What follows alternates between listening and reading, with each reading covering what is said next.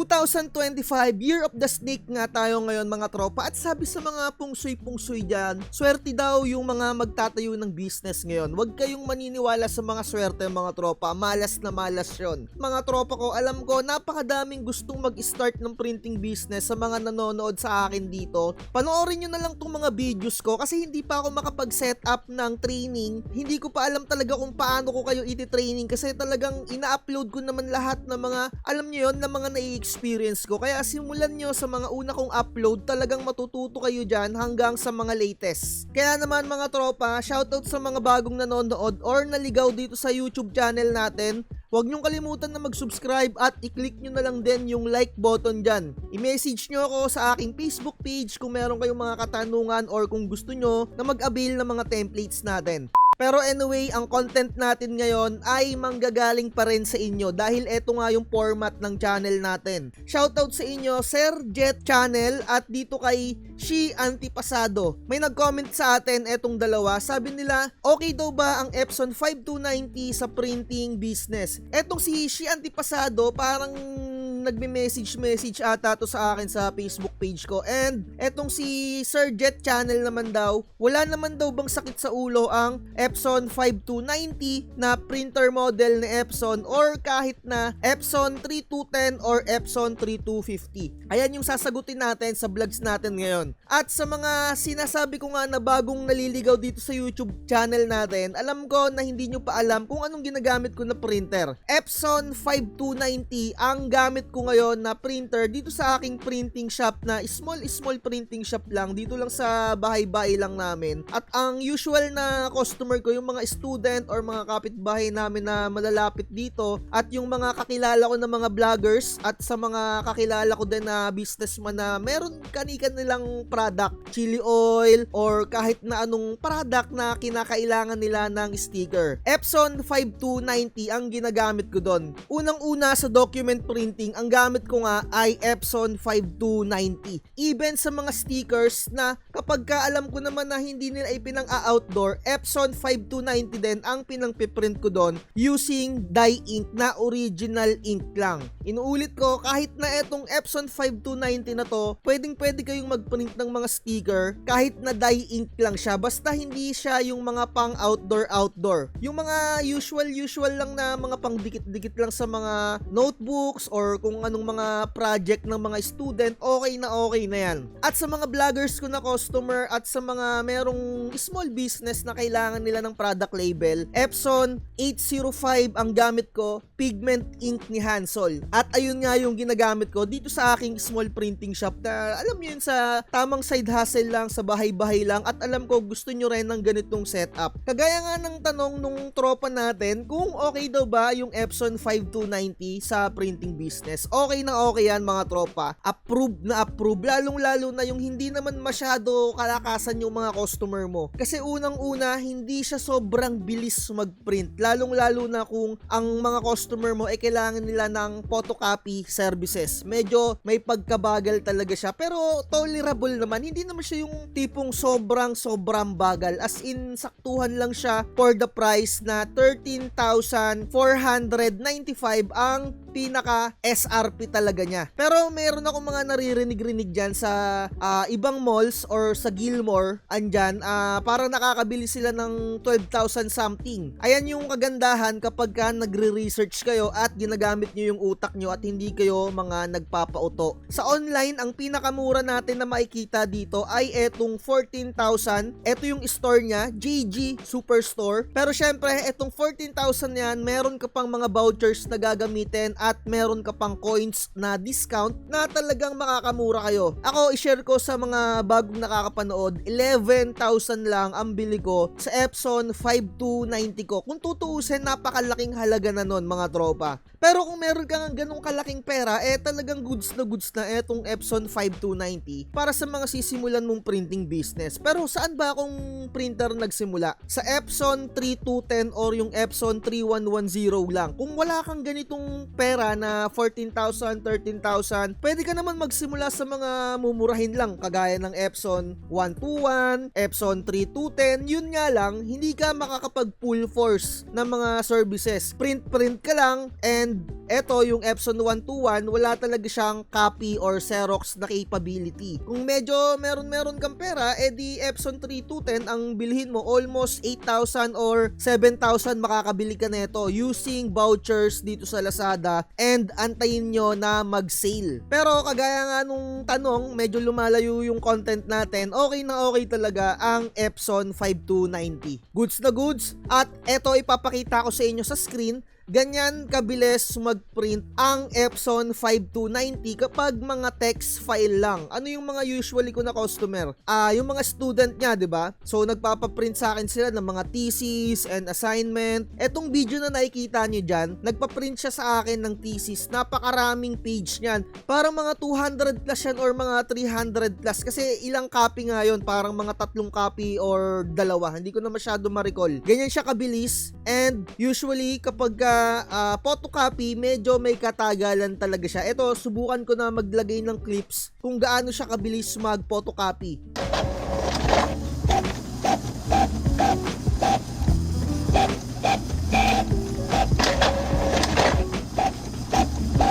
Pero kapag katuloy-tuloy naman yung kanyang print, ayan o, mabilis naman siya.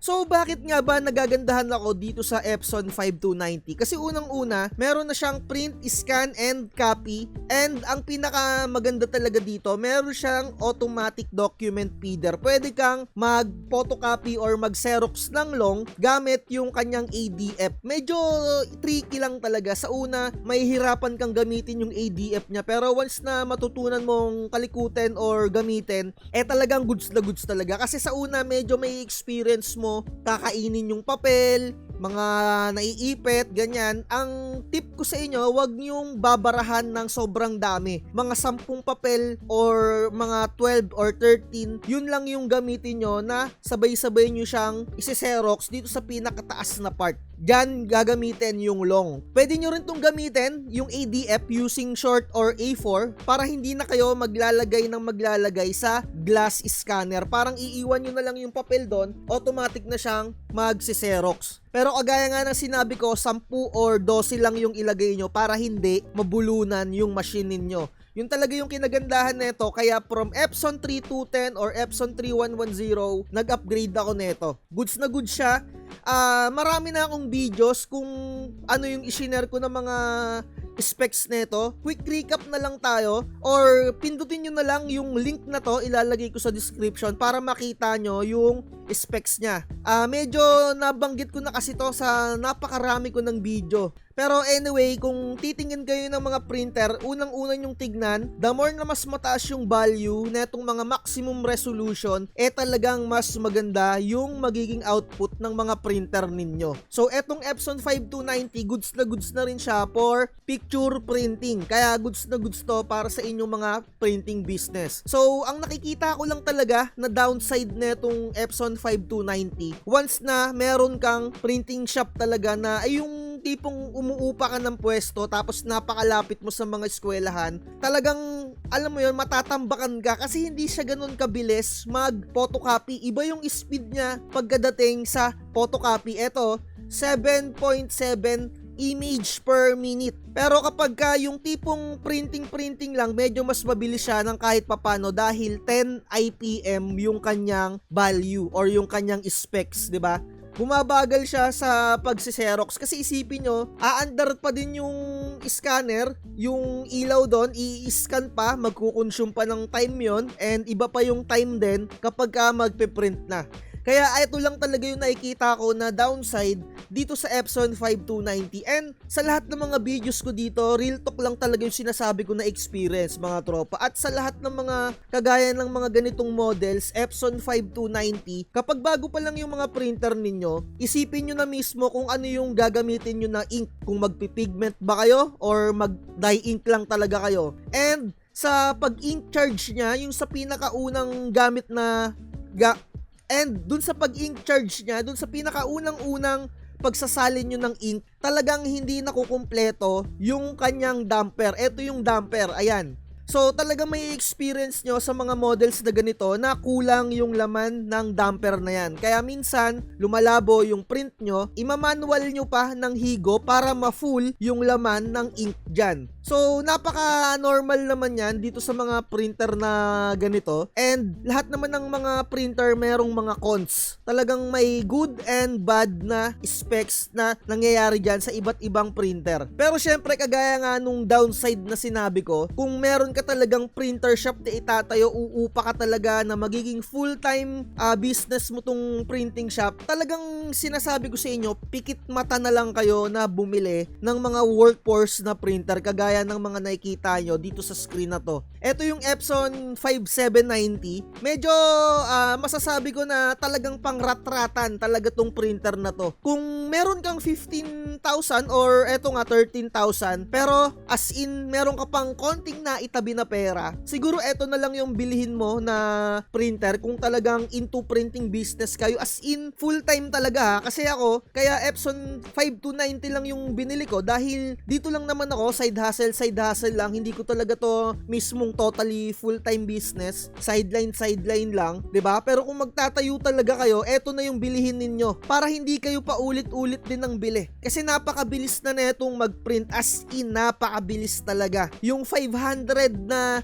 sheet or yung isang ream ng bond paper, kaya niyang i-print yon ng almost 45 minutes lang, 'di ba? At etong Epson 5790, meron na rin siyang scanner. As in talagang ito yung pinaka jump pack, yung talagang pinaka superior dito sa mga printer neto ni Epson na goods na talaga. As in okay na okay talaga kung meron kang pera. Pero syempre kung budget gaming ka lang, parehas tayo ng printer Epson 5290 dahil etong 5790 talagang into full-time business talaga yan kaya hindi pa ako bumibili niyan. Although before, nakakagamit-gamit na din ako niyan nung dati nga sa tropa-tropa ko, no, sa partner natin dyan. Ganyan yung ginagamit. Pero anyway, wala pa akong masyadong idea nun kasi hindi ko pinapakialaman yung tropa natin na yun, no. So, neto-neto lang talaga tayo. Pero siguro sa mga susunod, no, once na meron din tayong pwesto or talagang mag full-time na ako dito sa printing natin, bibili talaga tayo ng ganito kasi talagang iba yung speed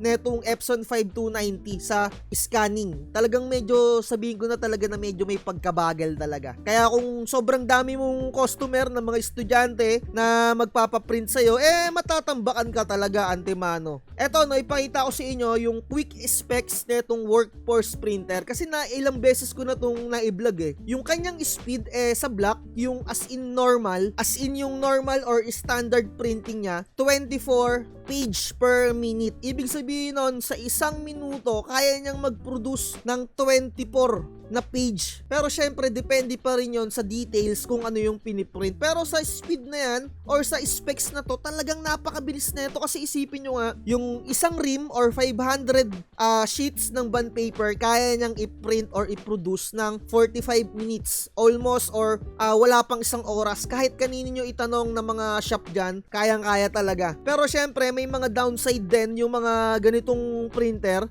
And hindi ko naman talaga sinisikreto yung mga downside ng mga printer na to. Sinasabi ko sa inyo talaga para meron din kayong idea. Umiinit yung printer head neto. Kasi syempre isipin mo yung speed niya na rat-ratan mag-print, as in mabilis. Umiinit yung kanyang printer head and titigil siya mag-print. So, syempre, ipahinga nyo na lang din ng konti para na rin sa longevity niya or para mas tumagal din yung pagsasama nyo nung printer na yon. So, ayun lang, para meron lang din kayong idea. Although mabilis siyang mag-print, pero alam mo yon, nagiinit yung kanyang printer head. Syempre, yung friction din dun sa papel at syempre, gumagamit din ng kuryente yan. Alam nyo naman, syempre, once na yung kuryente dumikit-dikit sa mga metal parts, syempre, iinit-init din yan time to time, di ba? And eto yung presyuhan nga pala mga tropa netong workforce printer. 17,000. So, titignan nyo, no, konti lang yung lamang. Pero eto, ibang model to. Print function lang yung meron to. Wala siyang scanner and Xerox. As in, printing lang talaga to. Pero mga tropa, sa paggamit ng mga workforce printer, kailangan kayo ay naka-chipless. So, i-research nyo na lang yung tungkol sa chipless para medyo umigsi yung topic natin ngayon. Aralin nyo yun kung eto yung target ninyo na mga printer, workforce. At eto na nga mga tropa, yung binanggit ko na printer kanina, Epson Workforce 5790, chipless na siya at nakikita nyo naman talaga na medyo may kamahalan siya. Kaya hindi ko siya may isasuggest kung yung tipong nagsisimula ka pa lang at lalong-lalo na yung parehas tayo na wala tayong pera. Diba? Pero kung into full-time business ka talagang eto na yung gamitin mo kesa mag Epson 5290 ka. At ayun yung kasagutan ko kung okay ba sa printing business yung 5290. Ayun lang talaga yung masasabi ko. And siguro sapat na yung details na yon para masagot ko kung okay po ba yung Epson 5290 para sa printing business, no? So, okay naman talaga. Pero syempre kung full-time, kagaya nga na sinabi ko, ayun na yun. Ayun na yung sagot. And move forward tayo dun sa isang nag-comment na wala bang sakit sa ulo ang 5290 sa mga Mac OS. Eto mga tropa, siguro hindi ko sa inyo masyado mapapatunayan kasi wala naman akong mga MacBook. Pero anyway, kung yung mga viewers natin dito gumagamit ng Epson printer sa mga kanilang MacBook, siguro tulungan nyo na lang din ako sa content ko na to. I-comment nyo sa comment section natin kung ano yung experience nyo pagdating sa paggamit ng mga Epson printers sa mga MacBook natin, 'di ba? Pero anyway, makikita naman natin dito sa OS supported neto ni Epson 5290. Pwede siya sa Windows XP and Professional XP, Vista, and Windows 7, 8, and 10. And sa mga naka Windows 11, okay na okay din to kasi napakadami kong customer na nagpapatulong sa akin mag-install ng Epson 5290 sa kanilang mga Windows 11 na computer. At eto pa yung mga supported OS niya. Windows Server 2003, 2008, 2012, 2016, and 2019. Pero merong note dito mga tropa. Sabi dito, only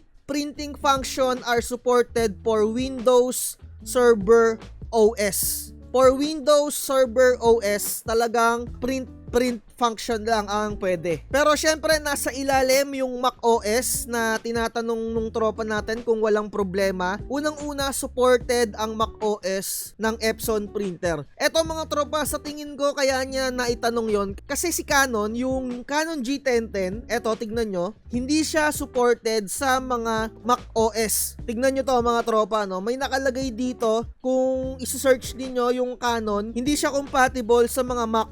Eto, Mac OS is not supported. Kaya napakaganda nung tanong nung tropa natin na yon para sa mga naka Mac OS, kung bibili kayo ng Canon G1010 na which is okay din sa printing business, hindi siya pwede sa Mac. Nakalagay naman dito, not supported. Pero anyway, magpunta tayo sa website neto ni Epson. I-type nyo lang Epson 5290 drivers. Tignan natin kung print function lang ba ang pwede kay Epson 5290 pagkadating sa mga Mac OS. Dito mga tropa, pag magda-download kayo ng drivers or gagamitin nyo na or meron na kayong printer na ganito, hindi yan usually plug and play. Meron kayong i-install na drivers or software or application para magamit nyo ng full force yung inyong mga printer, 'di ba? And hanapin nyo dito yung inyong mga operating system. Nakalagay dyan Windows 8, Windows 7, XP, Vista, Windows Server, and eto nga yung mga Mac OS. Mag-click tayo dito mga tropa, even Linux gumagana etong Epson. Mag-click na lang tayo dito, siguro eto na lang yung pinaka-latest or kahit etong OS 11. And i-click nyo yung go, tignan natin kung meron ba siyang installer ng scanner.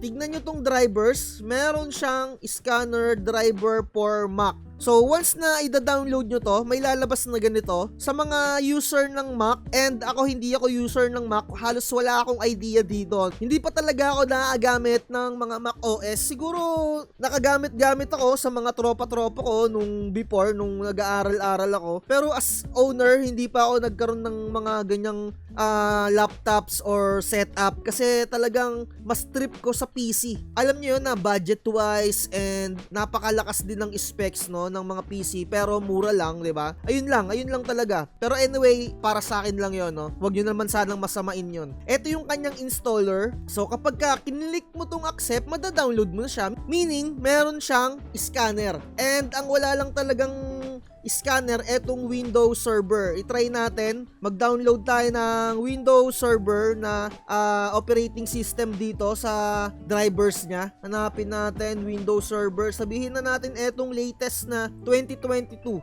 Click natin dito. Tignan natin kung may lalabas. Ayan mga tropa, nakita nyo, walang lumabas. Eto lang, admin tools, remote services, and etong Epson admin. Eto lang yung kanyang mga software or application na pwede mong i-download. Try natin yung iba pa. Check lang natin. After neto, dito na natin siguro tapusin yung vlogs natin para hindi na masyado humaba. Ayan mga tropa, wala. Eto lang talaga. Ayan oh.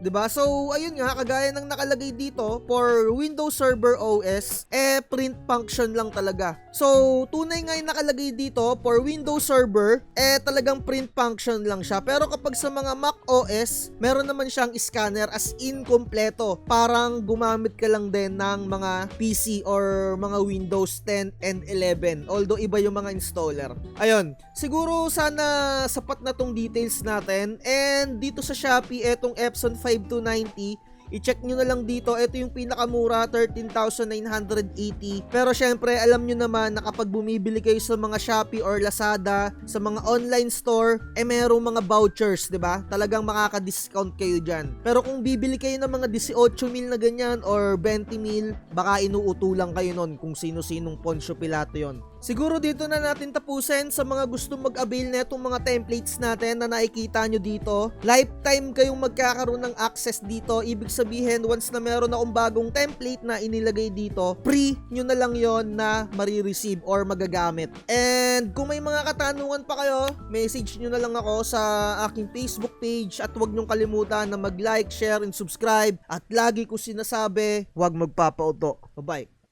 Huwag kang magpapauto, mag-isip ka sa pilian. Sa laro ng buhay, dama ang tampuhan. Di lahat ng nagpa-hype, siguradong totoo. Sarili lang